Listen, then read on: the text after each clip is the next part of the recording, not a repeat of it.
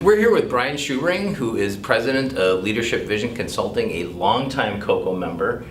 We just figured this out about 5+ years, and here at Coco downtown, which is about the lifespan of this place right now. So you're here in the early days. Leadership Vision Consulting is a strengths-based consulting firm that has basically does management consulting, right?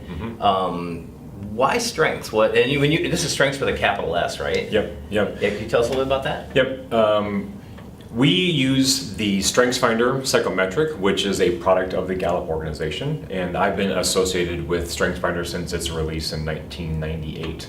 And so it was in 2000 that we formed our company. And so what it is that we're trying to do is we're trying to use the StrengthsFinder tool as an instrument to help people understand how they think, how they influence others, how they relate to people, and how they get work done. So it's a tool that's focusing on what is right and what is best about you.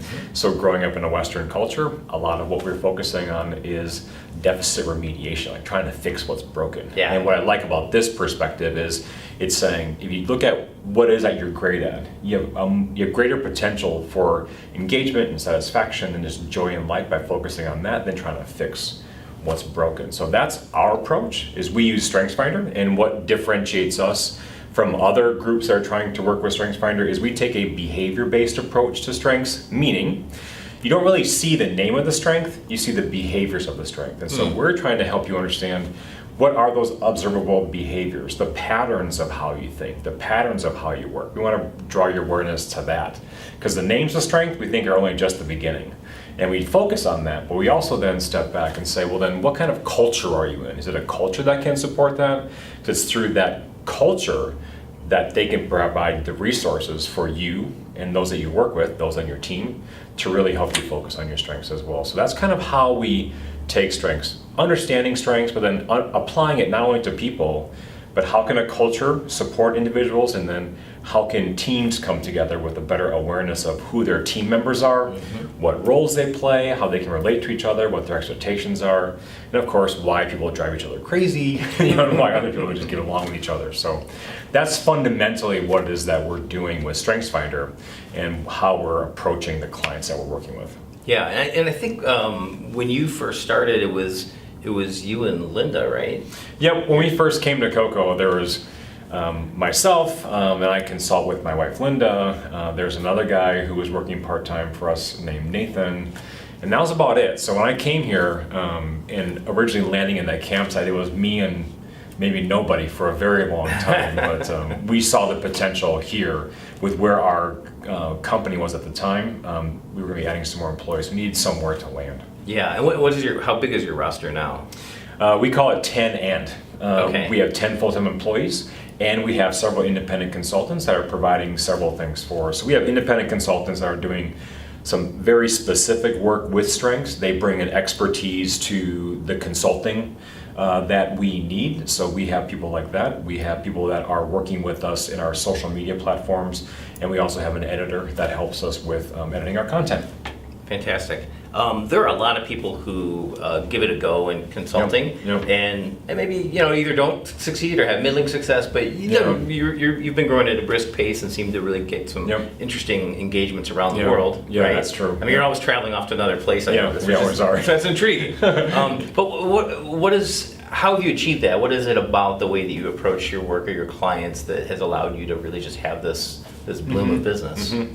Yeah, I really believe that what we're doing really doesn't have to do a lot with StrengthsFinder itself. It has more to do with how we are approaching our clients. I really believe that we are to take a posture where it's not about us, it's about understanding that individual, and for us to get into that place, it puts us in a listening posture. And I think that the way that we approach our clients from like the first phone call or the first time that we have contact with them throughout an engagement, it's about how can we help you understand who you are. And that approach that's not self-centric, it's others-centric, I think that's a distinction. We don't believe that our content is going to carry us. We don't believe that our process is going to carry us. We believe it's the how we relate to the client. That's what's going to really create the relationship that we're doing, because the relationality of how we approach our clients, I think, is part of our culture and our values for sure. So we, of course, focus on the intentionality of how we package StrengthsFinder and professional services to meet client needs. There's an intentionality there, but we have this phrase where we say we're relational on purpose, intentional by design. So the relational on purpose with consulting pairs, relational on purpose with our clients, but also very intentional in how we engage. But relationships are always at the forefront. I think that, for me, is what I would call the key to our success, but it's up for argument. We can talk to others too. How would you describe your growth plans? Okay, interesting question, because I would say about a year ago, 8 months ago, I was really focused on 2 to 3 years from now where we're going to be. What types of people do we need to have within the company?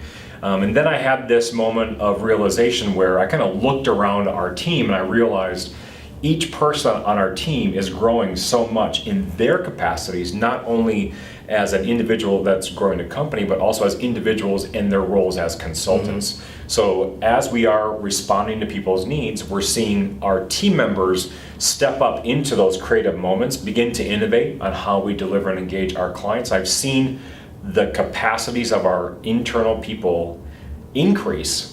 That gave me this aha, I was like, I wonder what the potential is with the 10 and that we have right now.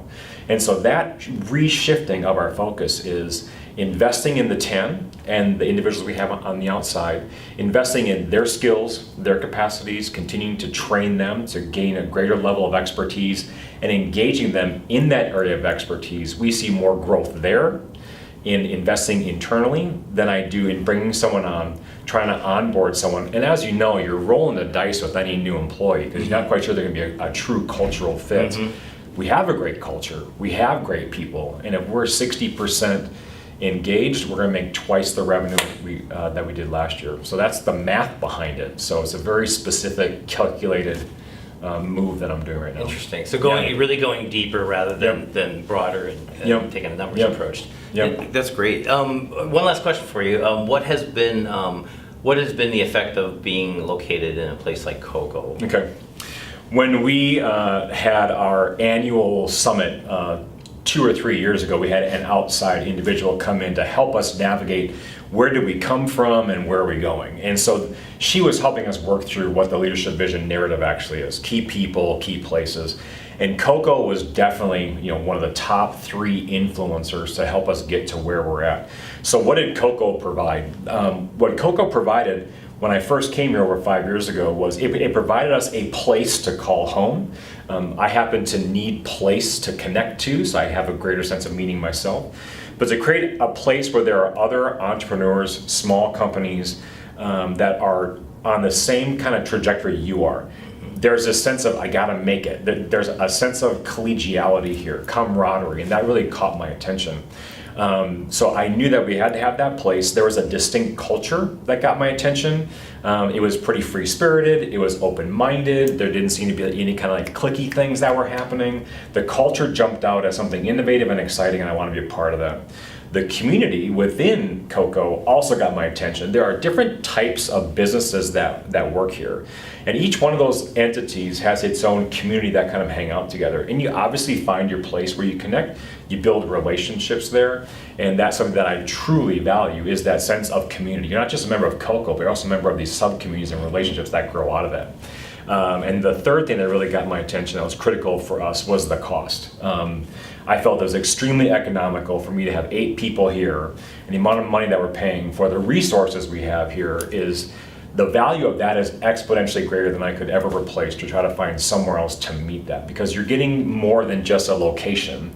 You're getting the epic space that Minneapolis campus is, and you're also getting all the resources that you need for training, places for meeting. You get the great staff that's working here that invests in you and pays attention to you as individuals. I think there's just so many bounces to why it is that Coco has been a shaping entity in who we are as a company. Because I know if we weren't here for the last 5 years, we wouldn't be where we're at as a company. It has really been catalytic for us and for our growth. That's awesome. That's really great to hear. And you said some very kind words. Thank you. But you're welcome. But that's really what anybody would hope for, is just that, like, when all these folks come together, that some stuff happens. Yeah. You know, Yeah, it's greater it than the does. sum of the parts, right? Yep, absolutely. Great. Yeah, for Well, sure. congratulations on your success, and Thank you. thanks for spending time with us. No problem, Don. Thanks.